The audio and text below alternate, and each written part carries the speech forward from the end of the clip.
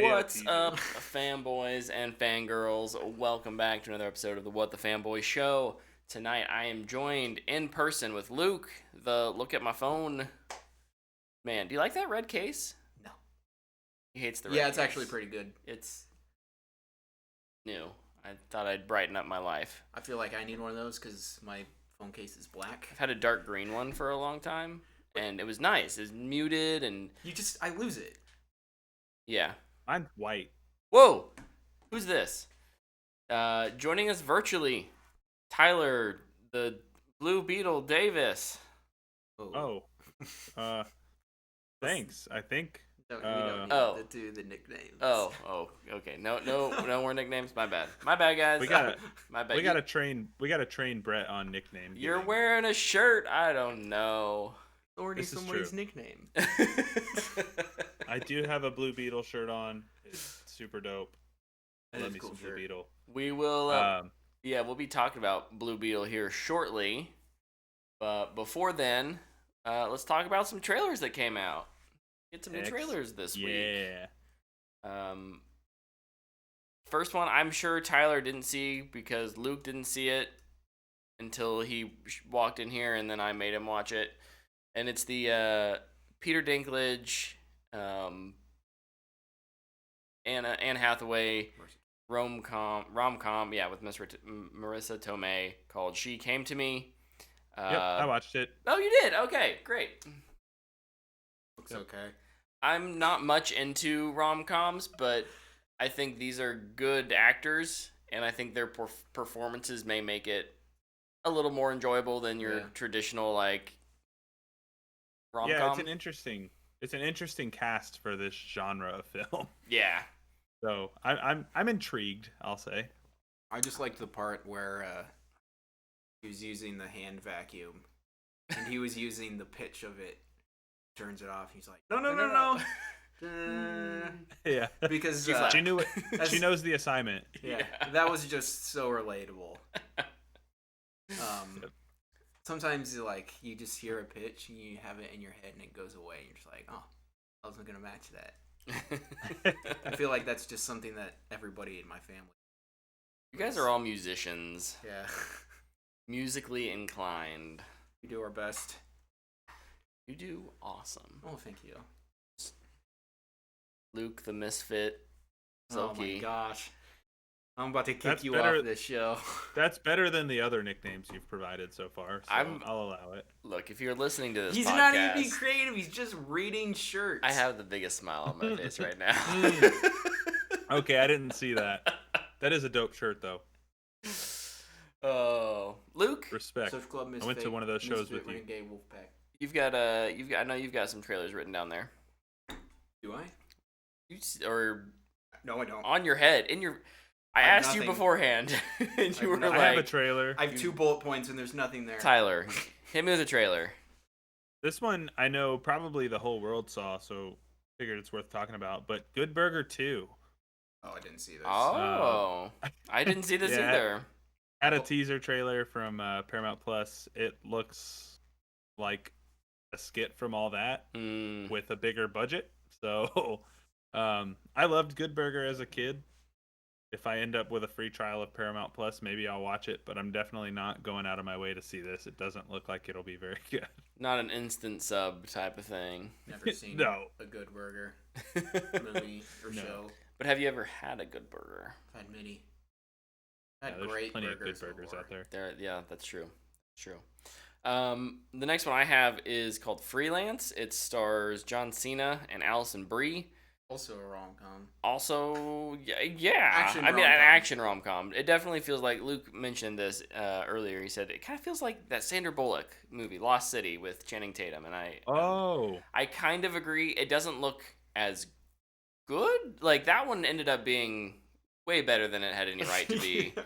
And this one, I think it has potential, but the production value looks a little lower, in my humble opinion.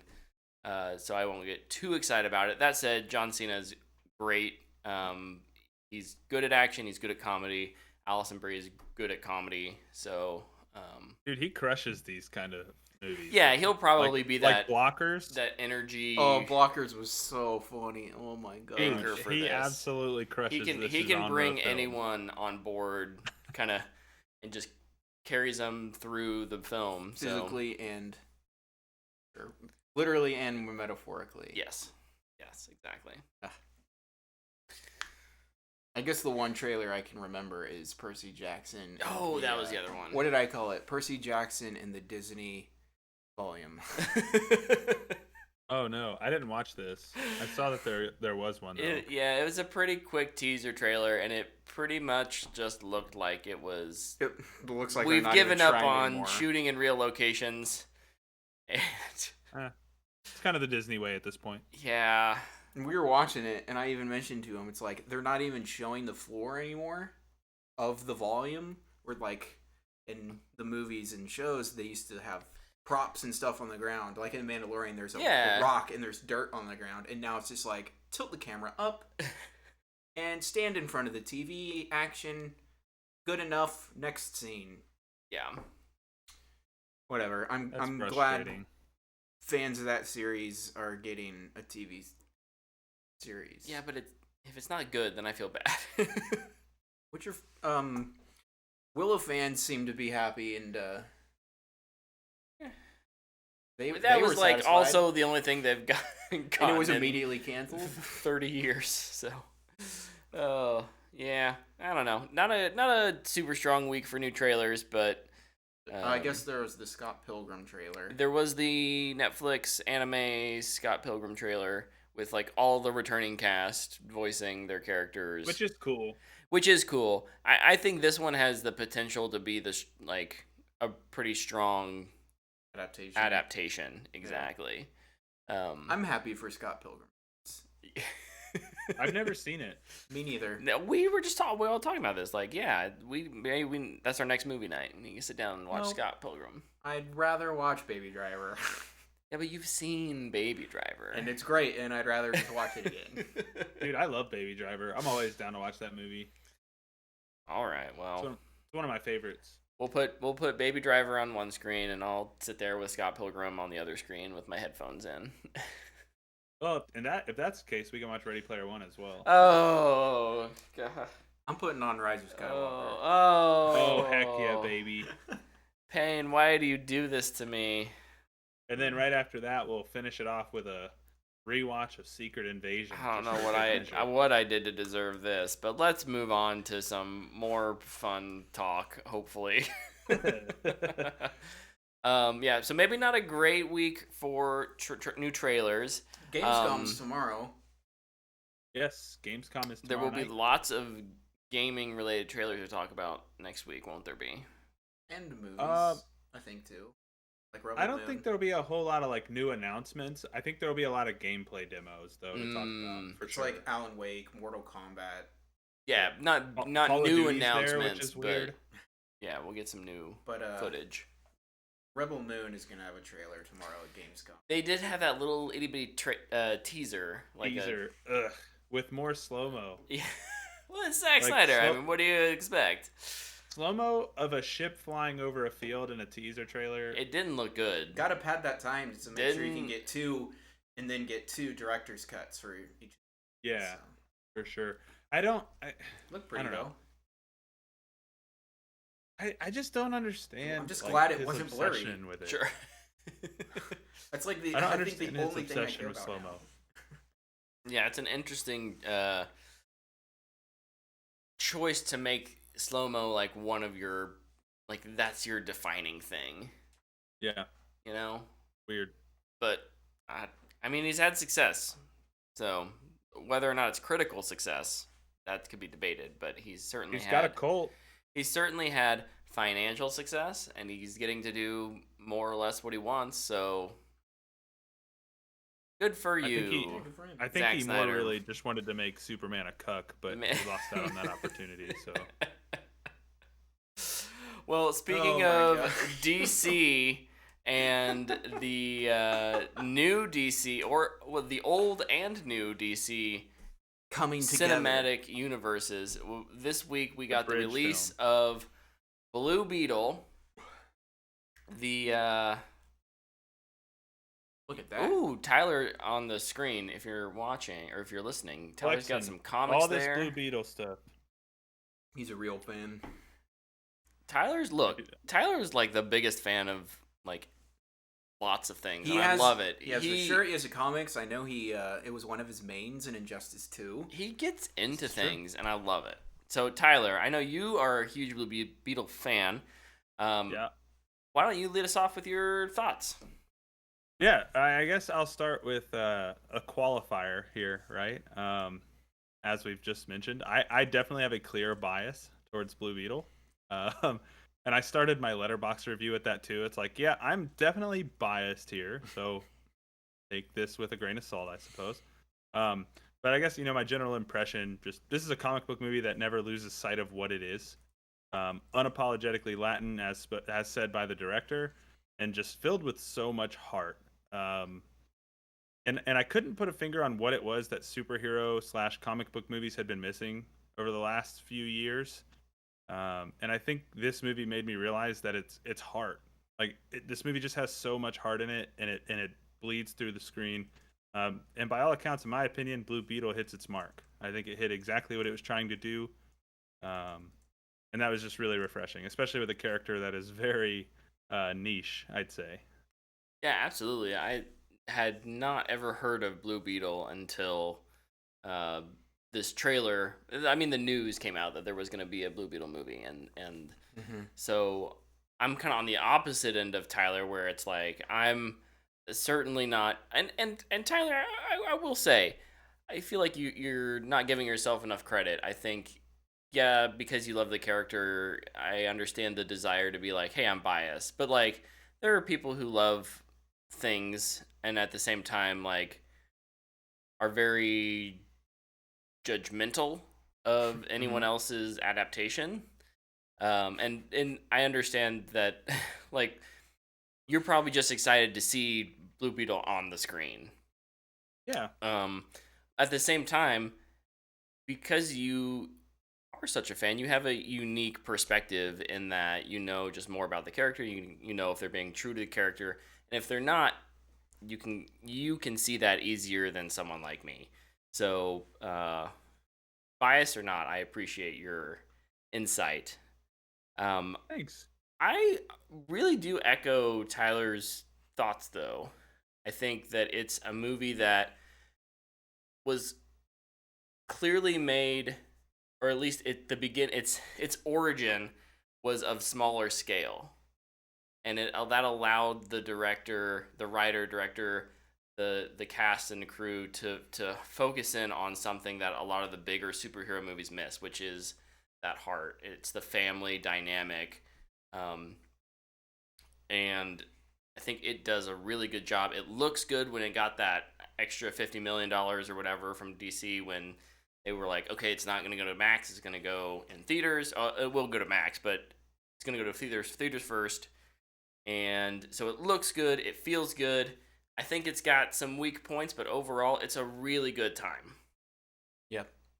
Yeah, that was one of the things, like, I was really happy about, too. That's just, like, DC said, no, this is good enough.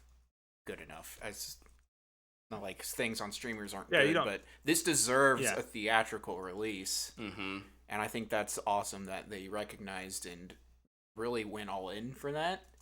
I wish the box office also supported that a little more because it deserves it, because it is really good. I will say, if you're tired of superhero tropes in movies, this one does not stray away from that. There's a lot of familiarity in what some of the more general superhero story beats are. I think where this movie excels is the lens in which we watch it, which is a Mexican family, and it's a totally different perspective, and it's fantastic. The Reyes family is awesome. I fell in love with them so fast. They're incredible, and I thought all of their performances were incredible too. They really draw you in, and like Tyler, you mentioned heart. Like, you can feel that in the script, and you can feel that in the characters and their performances as well, and it really just pulls you in. Yeah. The other thing go ahead. Sorry. I wanted to add too, Luke had mentioned, the tropes are there for a superhero movie, and I think that's important to point out. The other thing I will say to add on to that is this movie has very, very big Shazam vibes, Shazam 1 vibes. If you really liked Shazam 1, this movie will hit a lot of those same kind of feels. Family, blended families, things like that. Like, it hits you in the good spots, like Shazam did, and I just think that's awesome. Because Shazam's another movie that doesn't really do a whole lot to circumvent the superhero tropes. But the heart in that movie is what makes it stand out. And this is, again, they have the same DNA, and I think that's really cool. Yeah. And as far as like superhero tropes go, it's Ant-Man. It's the movie. It's Ant-Man. Pretty much like beat for beat. And I have zero problems with that. I love Ant-Man, the first one. And I love this movie. And just like the different perspective is really what makes it feel different. Yeah. Even though the little dots along the way are the same. Yeah. Well, and I think it feels like Shazam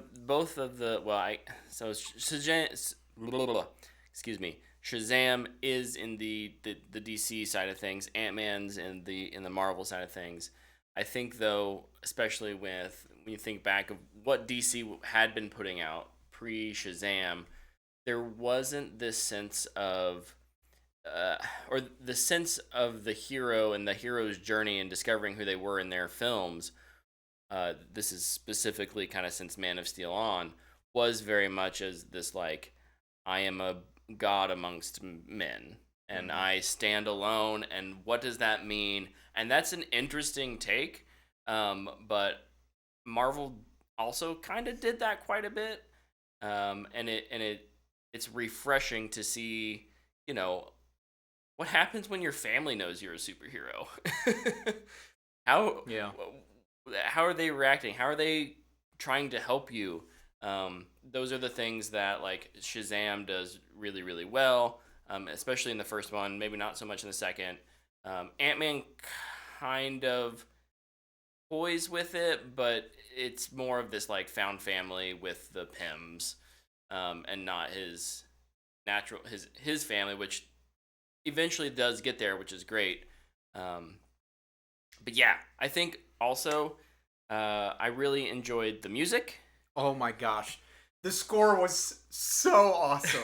Yeah, it's good. I was vibing through it. Whenever like the synths would come in, I would just be like, oh yeah. We had homie's cooking right now. We had some younger kids sitting off to our left, and every once in a while I'd look over and they'd just be like bouncing up and down. They were getting into it, and it makes the it helps keep the energy up. It doesn't really need it. It's a very fast movie, but it does make that, a little more enjoyable, that you don't feel like you're just being rushed through for no reason. You're also kind of vibing with it. Yeah. Bobby Krilic. Name. Yep. Fantastic score. Highly recommend listening to it after you've seen the movie, though, because the titles are spoilers. Yeah. I was listening to it after I saw it, and I was like, oh man, the titles on these songs did not hide anything. So it's kind of funny, but the score is great. I'd also add, too, I think the CGI looks good. Yeah. You kind of talked about how this budget, adding the extra $50 million to this did wonders for it. This is one of the best looking superhero movies in a while, I think. I think there was maybe one moment where I was like, that could have looked better, but I don't really. Probably the second best looking superhero movie of the year so far. Guardians being number one, and then this one. Yeah. Yep. I mean, I guess Spider-Verse, but it's an animated movie, so right. It's like live action. A little different. If we're focusing just on live action. Looks good. That was actually one of the things going in, even when it was first announced, and I was worried about was like, man, this is supposed to be an HBO movie, and it's going to be in theaters. It's going to come out, and the CG isn't going to be perfect. Never is. And people are probably just going to rag on it. And there are still some moments where it's like, okay, that could have used some more time, probably. When Carapax runs out of the basement at one point, I was like, that looks kind of bad. Yeah. But, like, the bug ship, looked really good. Yeah, surprisingly good. Yeah. The suit, practical effects blending with the combat and the special effects looked really good. The suit and everything with Beetle looked great. I was just gonna say movement. I think sometimes when you get an actor in a suit, you have them do action scenes, how they're moving. It can feel awkward. It felt great. Mm-hmm. And like you were saying, he's sliding across the ground and stuff, it looks so good. Yeah, dude. That was the other thing I was worried about. Was like, is the combat gonna look good? And the action scenes were awesome. Yeah, shot very well, easy to follow. Mm-hmm. Good use of his abilities, the suit's abilities. Yeah, fun. They were fun and kinetic. Yeah, I was a big fan of those. And dude, when he gets like taken by the suit the first time, and he's like flying up the side of the skyscraper, I was like, yo, this looks so good. How did they pull this off? It just, oh man, it's so sick. I think one of the visual things that I didn't really like so much, and I don't even know if it looks bad, but when it uses Blue Beetle vision, everything's like wavy. Not really a big fan. I feel like I couldn't really see anything. Yeah, and I think that's if I dare to dip my toes into my one of my cons, it's kind of that relationship with the suit.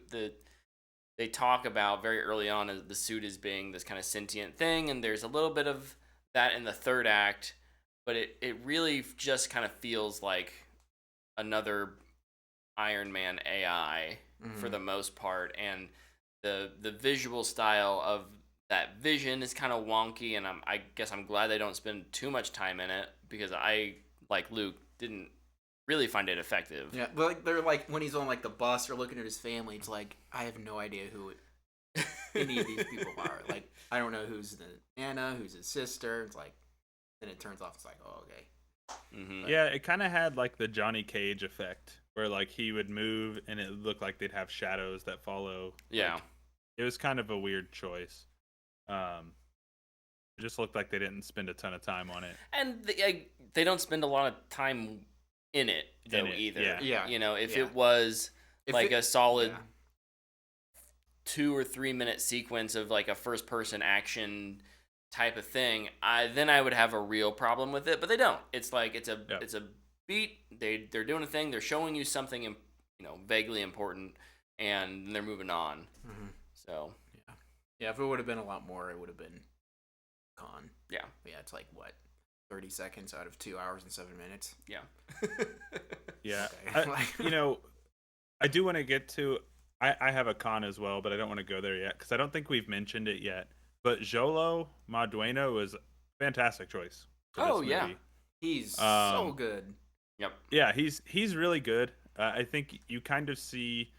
It's always interesting when a TV show actor gets a big movie, right? And you get to see them like really put it on display for a film. And with him, it was so interesting because I started watching Cobra Kai, a couple years ago. Loved his character in that, and I had started seeing like fan casts of him as Blue Beetle before the Blue Beetle movie was announced, and I was like, he would probably be good, but they'll never make a Blue Beetle movie. And then they announced a Blue Beetle movie, and I was like, oh yeah, no, I mean he'd be great. And then they cast him, and I was like, oh my gosh, they're doing this right. And the internet did a good job. He was awesome. Yep. Sometimes the internet's really, right. Every once in a while. Every once in a while, it really felt like he really brought Jaime to life. And like I felt like I was seeing the Jaime I've read in these comic books. I read the Graduation Day comic series when they announced that it was the inspiration for this movie. I've read the New 52 Blue Beetle run. It feels like Jaime. Yeah. And Jolo did a great job with it. I thought the whole cast minus one character was really good. I love it's the same character. Cord's daughter. I think Cord's daughter is good. Yeah. Her and Jaime, I think we're great together. Good chemistry. They have great chemistry. They're also dating in real life now. So they are? Of course. Of course. Yeah, now it makes sense. Big surprise. But they had great chemistry. I thought, obviously we talked about the family. Jaime has great chemistry with the family. Yep. They felt like a real family. They did, yeah. It was really good. The other pro I want to hit on before we move to cons is there is a scene in this movie that I think will make a lot of people slightly uncomfortable. In that, it's when the bad guys show up to capture his family. Yeah. And the way that's shot, and the way that scene feels, and the emotion that is in that scene, it really kind of feels like, and hopefully this doesn't offend anybody, but it feels like a family that's being deported. Yeah. And it hits pretty hard. Mm-hmm. Like the way it's shot, there's definitely a tonal shift right there where you're like, oh my gosh, this is heavy. And I think this is that's an example of when Soto, the director, kind of came out and said this movie's unapologetically Latin. Mm-hmm. I think that's a good example of what he's talking about. Yeah. I also think not always using subtitles for the Spanish, I think is a cool choice. Yep. I love that. I think that's great. Obviously, the music outside of Krillic's score is Latin music. Like it just seeps through the screen, and I loved so much of it. And I think he was a great choice to direct this movie. Yes. And it makes me kind of want to watch more of what he's directed. Because I think he gets a lot out of this cast that really isn't like super star-studded or anything, but they did great. Biggest name? George Lopez, probably. Probably George Lopez, yeah. And I guess Zolo. Yeah. Now. Oh yeah. but he was famous from Cobra Kai. He was, yeah, for sure. But he wasn't. And now rapping. Yeah, true. But now he's a big name superhero. Mm-hmm. Yep. But cast is also a part of my con. Susan Sarandon's pretty bad in this. Yep. Yeah. Weak villain is what I have down here. Yep. Yeah, she's bad. Not a compellingly written villain, and what she is given, she doesn't do anything with either. I don't know if I can point at it's just not a good character or bad acting. I don't know. Both probably at the end of the day. Mm-hmm. I would probably put it more on acting. I feel like she kind of phoned it in a little bit. But yeah, the writing for it isn't great. The writing for her crony is better. Yeah. At the end of the day, it's underdeveloped, but it's better. She's what? Mm-hmm. She's like a Lex Luthor kind of character. She's an upset rich kid who didn't get what she wanted. Yeah. Ironically, she still might be the best Lex Luthor. Yeah, that's one of my that's probably my biggest con in this movie was that there just wasn't anything interesting happening with her. Yeah. And luckily the rest of the cast had such good chemistry and were so fun to watch that it didn't, at the end of the day, it didn't matter that much. Yeah. But still a little bit of a disappointment to miss on kind of your main antagonist. Yeah. Yeah, for sure. And I think, when you go with a character like Blue Beetle and, Carapax later, having a punchy smash fight, generally what you want is good, a good antagonist to follow it. Mm-hmm. And so to not have that is kind of disappointing. That being said, it was fine for what it was.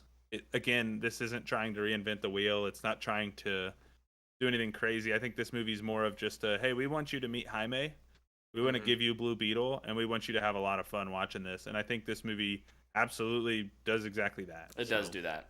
100%. It is a day one purchase and on my shelf in 4K as soon as it comes out. Man, I had a blast with it. Agreed, yeah. Luke, did you have any other cons? Yeah, kind of, but kind of a spoiler. But okay. Well, can you be vague about it or no? I'll try. There's a very small character sacrifice in the movie who you never really interact with, and I just feel like it could have been done a lot better. Gotcha. Yeah, that's it's at the end. It's a little. Oh, the end sacrifice. Okay, not the midway. Yes. Not the death that happens midway through the movie. Yeah. The death at the end. Yes. Yeah. Okay. Through the door. Gotcha. Yes. Fair enough. It's not a huge spoiler. It's something you will see coming from 20,000 leagues away. Yeah. But it's just like, okay. Fair enough. Like, oh yeah, that was a weird bit. It did have a little bit of like shock value in terms of the graphic part of it, though. Yeah. I was like, oh, that hasn't been in this movie. Like, yeah, this whole time. Movies do that a lot, and it's just like, why? Why do we make that choice with those characters? Yeah. In the end, I don't know. I think it was just more to prove that our bad guys were villains. Yeah, absolutely. But absolutely, it was a small part of the movie and really doesn't affect. I was gonna say it's pretty inconsequential at the end of the day.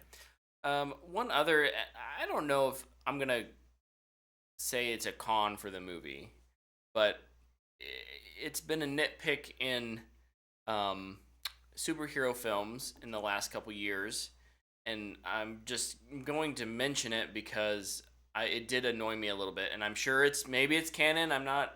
Tyler can tell me, but the use of nanotech, I'm just kind of tired of seeing it, and I get that it's probably a part of, or maybe not nanotech, but whatever the shape manipulation that the suit does, however it's used. Yeah, that's it's just all over the place now, and it didn't take away from my enjoyment of the movie at all. I'm so sick and tired of seeing helmets disappear and reappear just randomly. Mm-hmm. Yeah, Blue Beetle's, it's pretty standard for him. Yeah, no. For somebody like an Ant-Man 3, it's like, we don't need this. Right. Iron Man led up to it, at least. Star-Lord started with it, but Thor does not need it. Yeah. I agree, it is very tiresome, but it's what his suit is made out of. Yeah. Just the... It's a symbiote.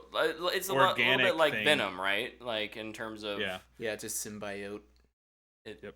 Or what is that how he says it in the Venom movie? Symbiote? He says symbiote. Symbiote. Yeah, no, that is pretty comic accurate for him. Good. And speaking of that too, the transformation scene is pretty awesome. Yeah, it's very intense. Borderline horror. Yeah. Like listening to Jolo just scream in agony for 4.5 minutes, I was like, oh my gosh. Dude, and then it's followed up by a really cool kind of first flight scene, which I liked a lot. Mm-hmm. I thought it was hilarious how he was always naked after every fight. In the car, don't look. Okay. Like, it's just like a random little one-off line. It's so funny. Him and the Beetle need to have a convo of like, hey, can we figure this out without destroying at least my underwear? Yeah. Not a fan of being a superhero, and it's like, oh, public indecency. Darn it. Oh, man. They got me. I just saved the day, butt naked in Palmyra City, downtown. Oh. Any final comments? You guys ready to give your ratings?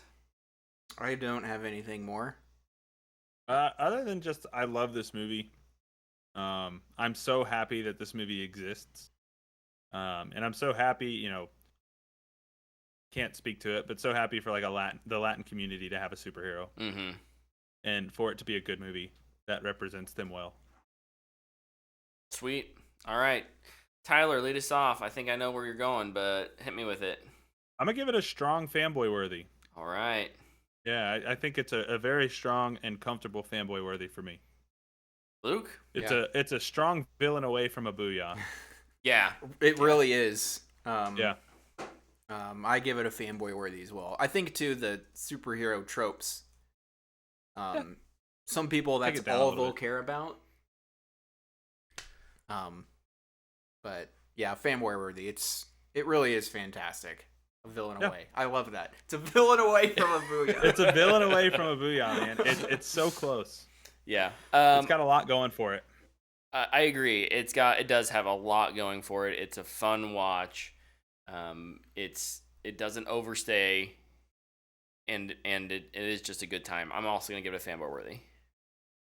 It's like a fanboy worthy for the suit alone being practical. Oh my gosh, dude, the suit looks so good. Thank you for doing that, DC and co.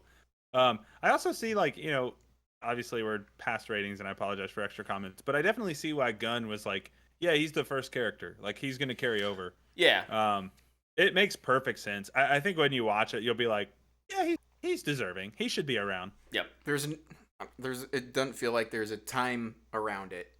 Like, he mentions Superman, he mentions Batman. It's like, it's just in the DC world. Right. Yeah, they mentioned Flash too. Yeah, but they don't exactly. They don't say it's not the Man of Steel logo. It's not, Barry. It's not. Yeah, like that's true.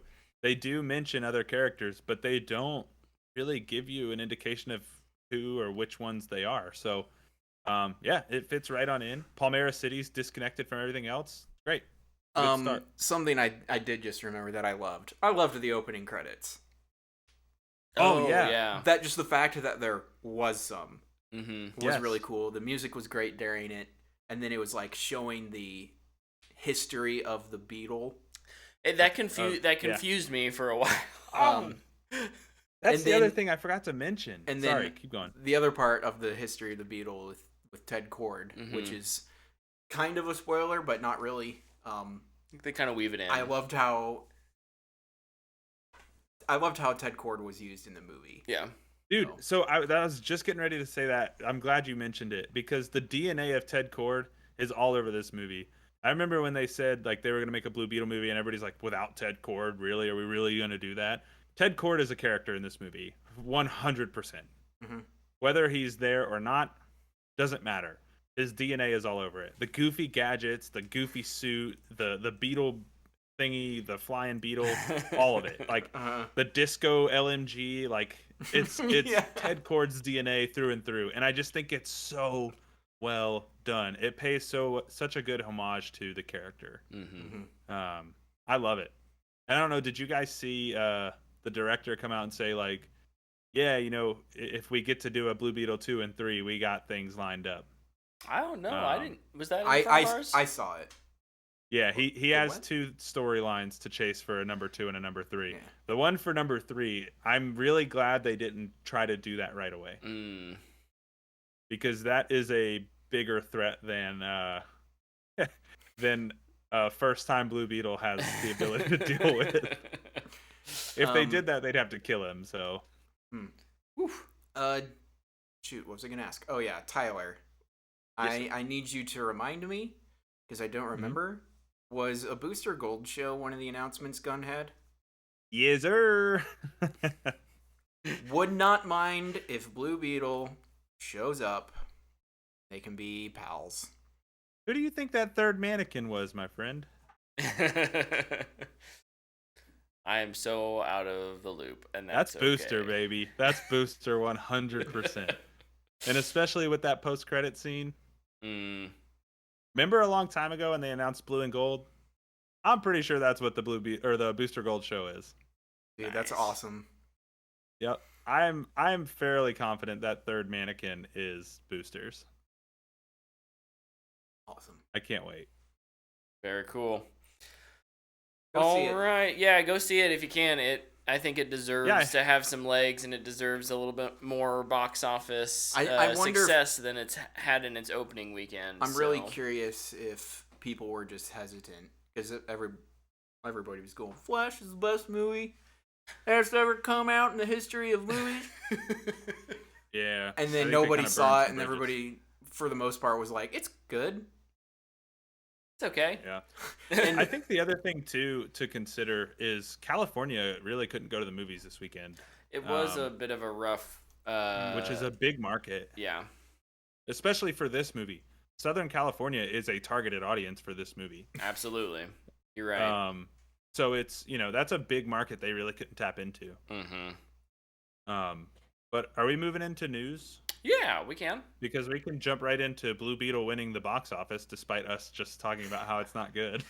I mean, like, look, winning the box office on any given week in 2023, you never know if that's a good thing or like. It won the domestic box office by like $4 million, and in second was Barbie. Yeah. Freaking Barbie still just absolutely destroying. Yeah, it had 25.4 million domestic. Dang. Hopefully, man, I really hope it has legs. Yeah, I wonder what the global for it was. It was like 43. I can tell you. It was worldwide. $1 billion. Maybe I can tell you. Yeah, it says 43. Boom. Yeah, 43. 43.6. I'm amazed this movie didn't do well in Asia. What was it in Asia? Yet? That's true. Maybe it's not out over there. there. Yeah, it could not. It might not be out over there yet. It did have. Everybody for being an opening week here in the U.S., it had quite a few fewer theaters than most openings go. If it's releasing wide release, you're aiming for the like 4,000 theaters type of thing, and I think it was in the mid 3,000. Okay, I think. So a little under in terms of like number of theaters it was at. Like Tyler mentioned with the storms, there's like excessive heat waves in the Midwest, and not that would necessarily keep people from going to the theater, but it might impact it a little bit.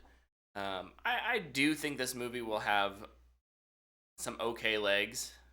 I think word of mouth will help it. Yeah, I hope. Yeah, yeah. I hope more people see it because it is worth your time.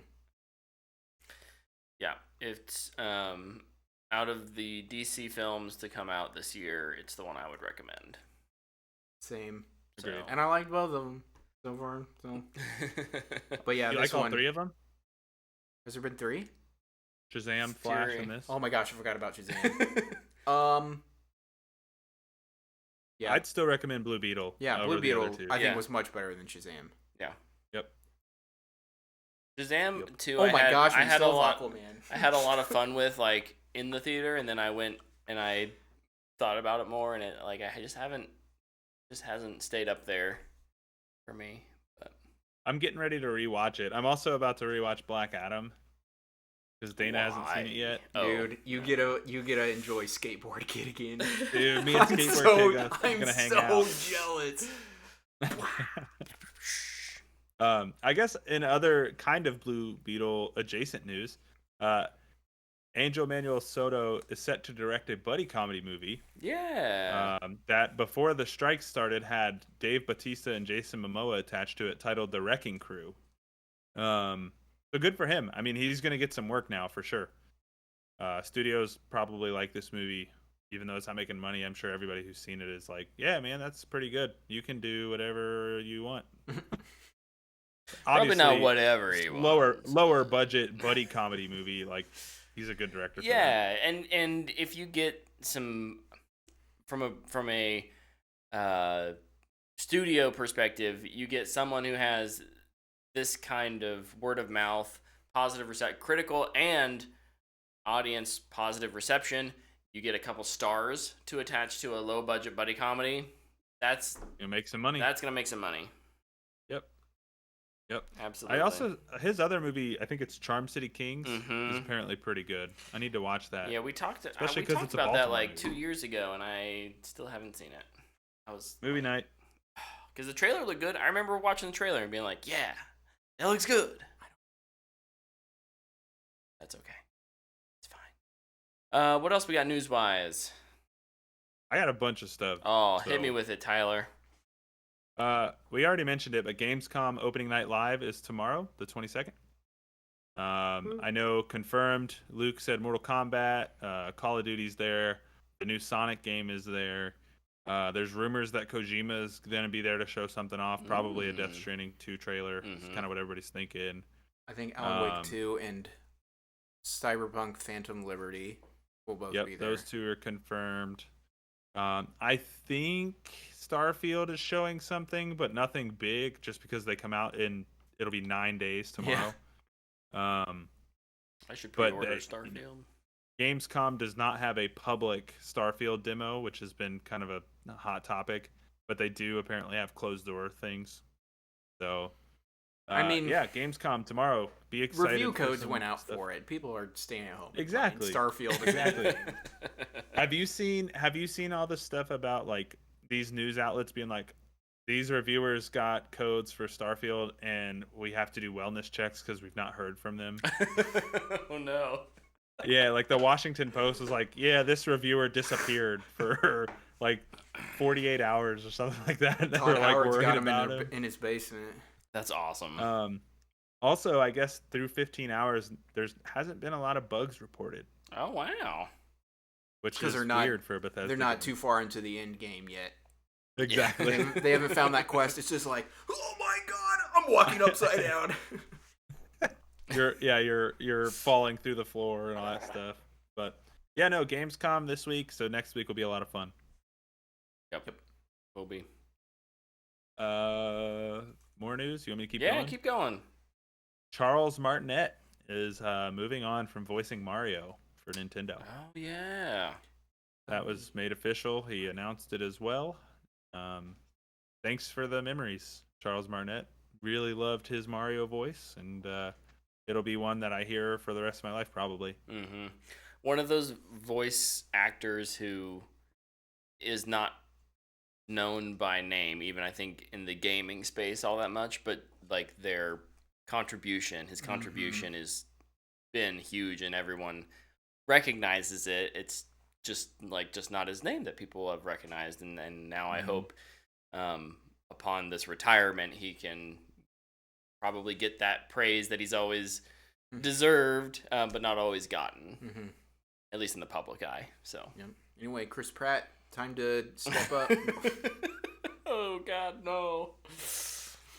Oh yep. More gaming stuff, lots of gaming stuff this week. Xbox has announced some themed console wraps for the Xbox Series X, starting with 3 of them. Starfields, which looks awesome. The Arctic camo and Mineral camo, which I would never get, but they look cool. I think the coolest thing about these, they're not vinyls. They're not like stickers. They're like actual wraps that you just put on the console. They don't cover any of the vents or anything like that. I think they're cool. Magnetic, right? Like they magnetically connect at the back because of the shape of the Xbox being just a big old rectangle. That makes it really easy, and they probably store really well if you get multiples. You can keep them real flat, out of the way. You can swap them. That's pretty dope. Yeah, I would love to get one of these, but I definitely will not get one of these. They're a little pricey, and my Xbox isn't out enough like as a display piece that I would really feel like it's worth the $60 for it. I don't want a white PlayStation and a white Xbox. You gotta have one of each. I do. Fair point. It's honestly like a completely real answer. Like, it would be giant white Xbox, giant white PlayStation, tiny little black Switch. So, and like my PlayStation is in the middle of my TV area, so it's white, and then like it's nice and symmetrical, and I just can't mess that up. Weird answer, and people might just learn something strange about me. And fun facts with Luke. Luke loves symmetry. Sometimes. Yeah. Like Wes Anderson symmetry honestly makes me want to vomit. A little too much? It's too much. Moving on, David Vonderhaar. You guys hear that name at all recently? Can you say it 3 times fast for me? David Vonderhaar, David Vonderhaar, David Vonderhaar. Wow. Is leaving Treyarch after 18 years. Has been working on Call of Duty for Treyarch since Call of Duty 2, The Big Red One. Oh my gosh. Most famously known for the Black Ops games, which some of my favorites. Is officially moving on. He's announced he's working on a new project, unannounced, can't talk about it. But he's excited about it. I think Call of Duty is a franchise that probably needs some new blood. So, yeah, good for him to get to move on to do something he wants to do and to get out from the Call of Duty brand let them breathe a little bit, not be forced to make a game every year. And yeah, Dave Vonderhaar provided us some pretty good games. So yep, no, it's cool. Yep. Last thing I have, another gaming thing. Angry Birds developer Rovio has been acquired by Sega. Rovio. So be ready for your Sonic and Angry Birds crossovers, boys. Oh boy, yay! Sega. I would guess movies. Yeah, probably. Oh boy, I don't know how I feel about that. Okay. I care so little. I'm just gonna be completely honest.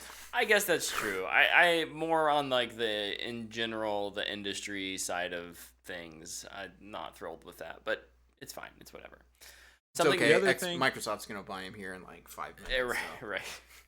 Dude, one of my predictions was they would buy Sega a couple years ago. Yep. The other thing I would say, my last news story is, a lot of sucky things happen in the world, and we're just here to tell you that if something bad happens, just blame it on James Gunn. It's fair play. It's his fault for everything. So blame it on him. That was my favorite thread this week was. Dude, I got a flat tire on the work. Thanks, James. Someone was like, they showed the Nun 2 trailer in front of Blue Beetle. Oh, my kids were terrified. Great movie, though. You should be ashamed, James. Yeah, and then everyone in the comments was just, for the fun of it, being like, oh, my movie theater had sticky floors, and my tire blew out, or... And I think James probably finds that humorous. I hope he was getting a kick out of it. Yeah, I think so. He's a good sport. Yeah. He loves that stuff. Yeah. He's like, I don't pick the trailers, brah. Come on, brah. I will say that was an interesting one for me to see in front of. Yeah, it was kind of. It was very just. out of place. Did we see the Nun trailer? Yeah. Maybe I wasn't in there yet. Was in front of Blue Beetle. Maybe I wasn't in there yet. Maybe. I don't remember it. Yeah. I just remember Trolls and Wonka. No, yeah. Oh, and then Dune. You didn't, because it was 2 Timothée Chalamet movies back to back. That's right. I did see Dune, but I'm so distracted by the awful Trolls trailer and the awful Wonka trailer that just everything is erased. So potentially some good news here. At least in my mind, it's good news. A federal judge late last week upheld a finding from the U.S. Copyright Office that a piece of art created by AI is not open to protection. Let's go. That should be really helpful for the strikers in their negotiations. Also, if studios start making something with AI, I need everybody on TikTok and everybody that makes a fan film to immediately force it into whatever project that they're working on. Absolutely. Because it's steal it. Free. Yep. Let's make them hate AI. You know what does that mean we can just post rock, paper, scissors anime onto our channel? I don't know how that works. Maybe. It's not all AI. Right question. It's not all AI. But that is like Tyler said, that's the right question. Yeah. It is. I don't have any other news stories. I've got Luke? 2. I'll start with sad news, which is Amazon Prime's canceling shows. Yeah. And they're blaming the people that work for them. They're blaming the people who make the shows. Because they're on strike, and they're like, oh, Peripheral Season 2, guess it won't get made.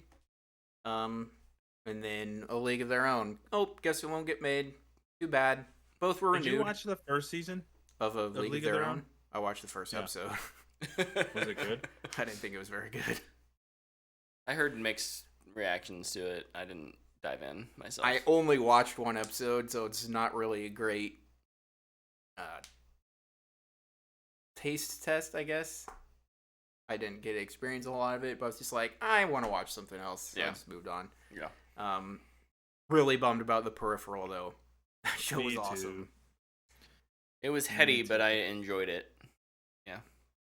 The other story I have is Bungie announced their next game, which is in incubation, and it's a frog MOBA. Maybe it's the mobile game they say they've been working on. Nobody really knows. Everybody really just can't get past frog style game, which was in their tweet. Mm-hmm. I don't really care about a MOBA personally. I wish them luck. But yeah. I think Kermit the Frog MOBA. I think that makes sense from their look. I think they're trying to be the next Blizzard. 100% they are. And having these kind of... They were partnered with Activision, and they're like, we can do that. Wait, we got our live service game. We'll have our... They're like, we can do that. Let's go make these other two games and forget about this one. Free-to-play multiplayer thing, and then they'll have their MOBA. Yeah. So... they have a deal with NetEase. Yeah. Too. I have a feeling it could be this. I think you're probably right. Because it's about the right time. Yeah. That NetEase partnership was announced like 4 or 5 years ago, I think. Yeah. So. Wasn't it for like $100 million or something? 100 mil. Chump change. Woo. Oh, over in the chat, Broken Roller, good to see you today. When the AI attack, they'll remember that you tried to oppress them. Probably. Good. I'll be a martyr. I'm gonna press the freaking crap out of AI. They can suck it. I'm gonna steal all their work. 1v1. 1v1 me AI. It's okay. They're all logic and binary. They cannot fathom to predict my wild instincts going inside my head. Bring it on. And if I lose, I lose. You know what? Who cares? It's fine. If it does, he does. You'll fight valiantly. He dies. Let's not go that far. No, we wouldn't want to go that far. Okay, what'd you guys do this week you want to talk about real quick before we wrap up the show? I only did one thing. New game, Madden 24. And how is it? Did yours work? I heard it didn't work. Yeah, he never joined me for Halo, so it must have worked. Yeah, it works fine. The biggest thing, I think, the difference, there's some small changes to franchise mode with like trades. You have way more trade slots now, which is really nice. The way you develop players is much better. You actually can do like mini camp drills. There's actually a training camp now, which is more like mini games and stuff. So developing players, young players, is a lot easier.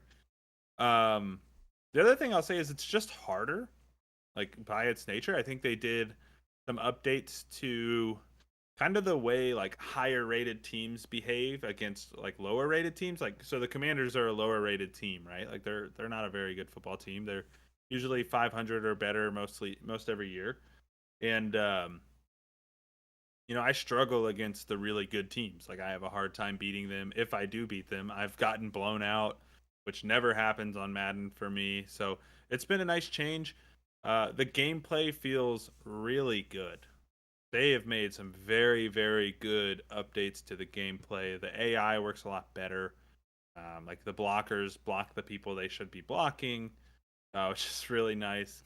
And then just more stuff works, if that makes sense. So like historically, you could find like 4 plays and just run those 4 plays on a loop. Mm-hmm. Now the AI picks up on that and they don't let you do it.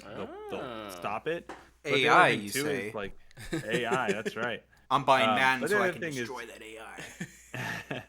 But, the other thing is, like, more plays work now, too. So, like, more of the offensive plays that you can choose, more of the defensive plays that you can choose are viable options, which is really nice and refreshing. It keeps you calling different plays throughout the game. On Madden 23, I probably ran inside zone 150,000 times because it was just unstoppable. Yeah. On this game, I can run it still, but not nearly as often. So... yeah, man, I'm having a good time with it. I love playing Madden.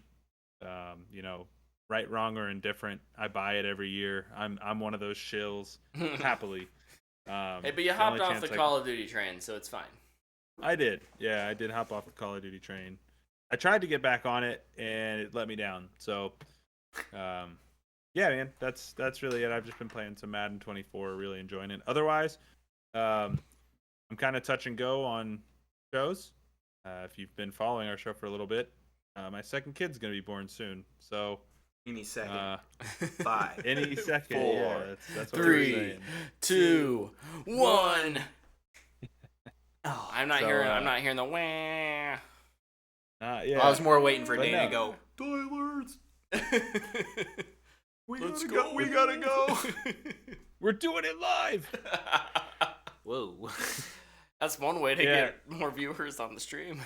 I don't think so. Yeah, I don't know that our audience would love that, but I think most people went through that section of health class and everybody left it going, no thanks. I'm good. So yeah, otherwise that's what I've been doing, man. Just kind of waiting. Love it. Luke?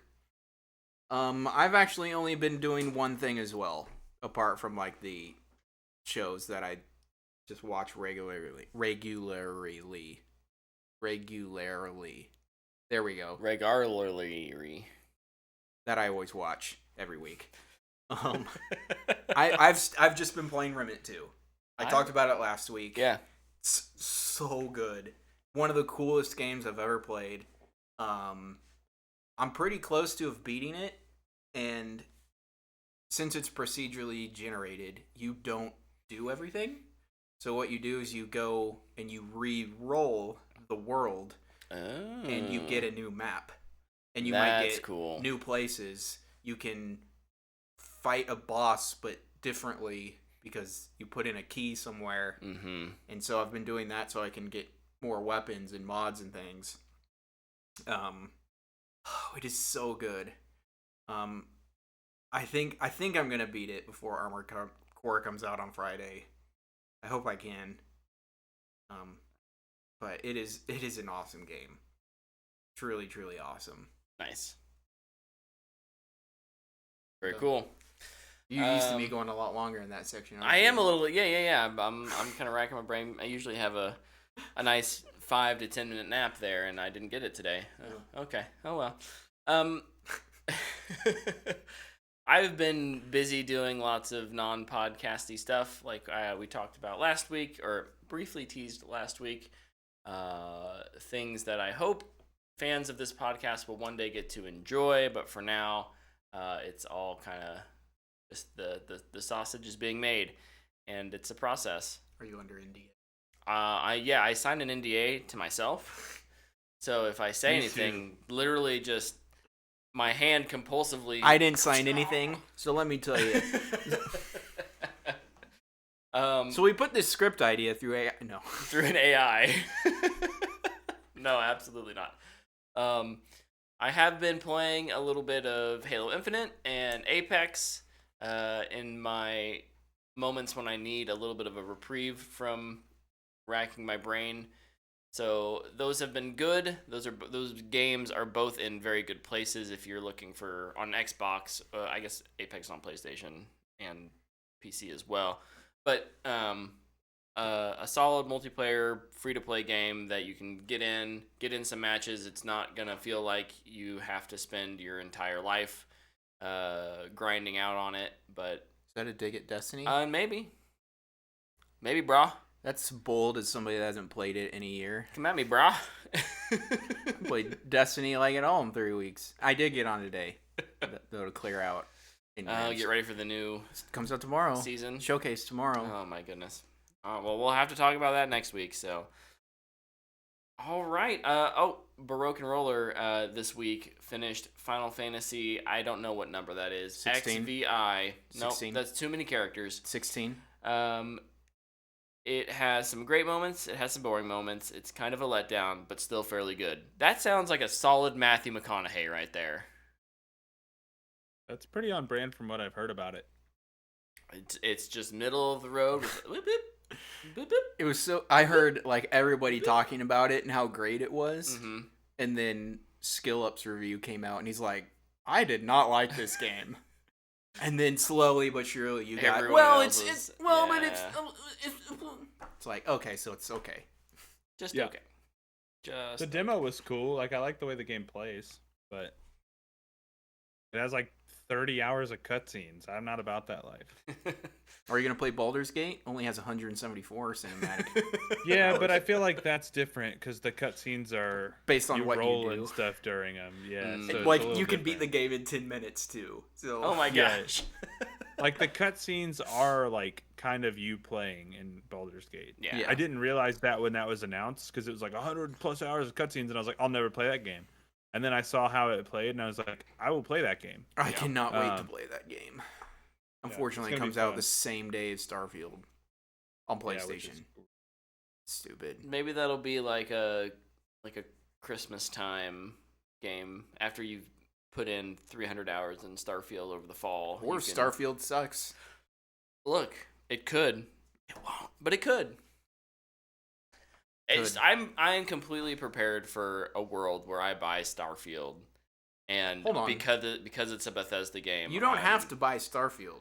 You can just get Game Pass for a month, download it, play it, and then when you eventually just stop playing it because you don't like single player games, you just cancel Game Pass. I feel like the more responsible thing for the industry is to be like, I support Xbox making big single player games, and I want to prove that with my wallet. I'm willing. I'm also buying a physical copy of this game eventually. To put that down. Eventually, yeah. Just and be like, here you go. Have your money. Make more things. Are you getting the play it early version? It's an extra $35, so I don't know yet. Or with Game Pass, you can pay $31 and not have to buy the physical copy until later. I did that. You also get the soundtrack digitally, which will absolutely be on Spotify. And you get an art book digitally. So what's wrong with digital? Nothing's wrong with. You're out here going, oh, it's all digital. Why? Because AI is gonna steal the art.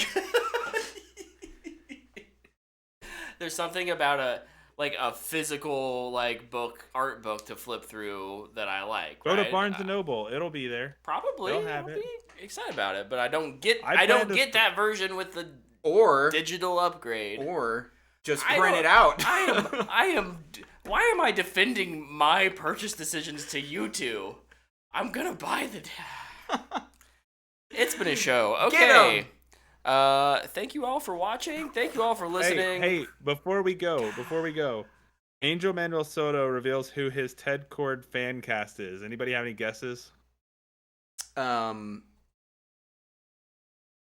Shoot, I can't remember his name. Give me a hint. Alan Tudyk. I love Alan Tudyk would be a good one, but that's not his fan cast. I actually love his fan cast. I think it would be really good. Who is it? Jason Sudeikis. Oh yeah. Wow, that's good. That is good. He would be so good. I love that. That's fantastic. Ted Lasso's done. Maybe he's got time. He definitely has more time now. For sure. That was fun. Do we have any fan box? No fan box questions this week. But we'll be back next week, and you have the opportunity to give us a fan box question if you send us something over on Twitter or email, or if you join us in the chat, you can ask us a fan box question during the show, and we'll get to it by the time we kind of roll around to the end. We're live on Twitch Monday nights, 8 p.m. Central. The next time you hear or see us, Tyler's going to be even more tired, and not because of video games. What comes out next week? Movie-wise or Gran Turismo? I think we should finally review the Meg 2. Too fast, too furious. 2 Megs, 2 Megu. 2 Megs, too deep. 2 Megs, too miraculous. Trench. Anyways, I'm gonna hit the end on this before we say anything even more stupid. Too late.